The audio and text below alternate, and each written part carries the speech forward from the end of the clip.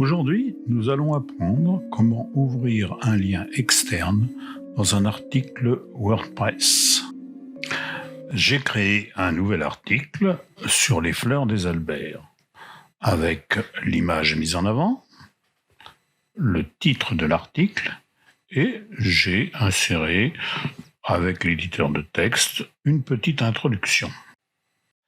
Je vais créer un bouton qui permettra, en cliquant dessus, aux visiteurs de voir l'album photo qui contient toutes les images des fleurs des Albères que j'ai stockées sur un site web qui s'appelle Flickr, en gros un concurrent de Google Photos. Je vais donc choisir l'outil bouton dans la barre d'outils de gauche d'Elementor et le glisser dans le même bloc que l'introduction en dessous. Il me reste maintenant, dans la partie gauche, à le paramétrer.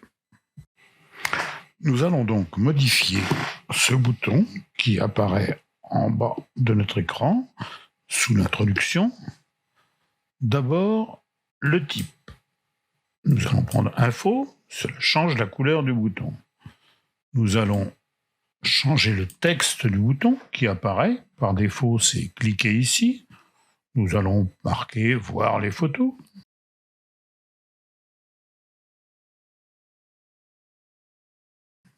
Cela s'inscrit dans le bouton.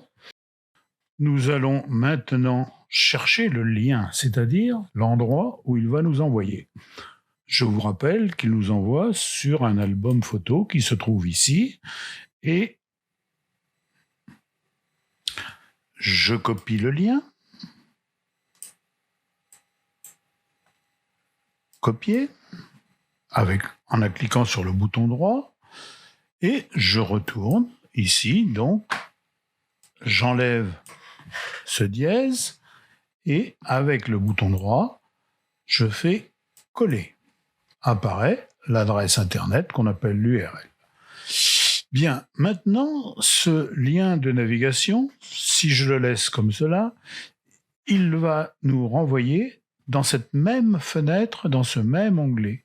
Moi, je veux qu'il ouvre un autre onglet, car sinon, on ne pourra plus avoir accès à mon article. Donc, je clique sur les options du lien, et ici, j'ai Ouvrir une nouvelle fenêtre, et je peux même sélectionner NoFollow, ce qui indique à Google ou à un autre moteur de recherche de ne pas suivre ce lien car il est personnel. Donc, maintenant, ceci étant fait, je vais aligner mon bouton au centre. Ensuite, je veux le mettre plus important, donc je vais le mettre très grand. Voilà. Et pour l'instant, c'est terminé.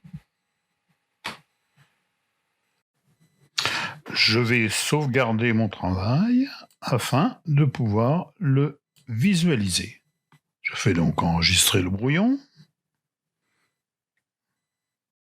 Et maintenant, en cliquant sur le petit œil à droite, je vais avoir un aperçu. Voici donc mon article, avec toujours l'image mise en avant, le titre, l'introduction et le bouton. Quand je vais sur le bouton, une petite main apparaît, je clique dessus et apparaît mon album. Mais remarquez bien que si je vais sur mon album, je peux retourner directement sur mon article ou retourner sur l'album.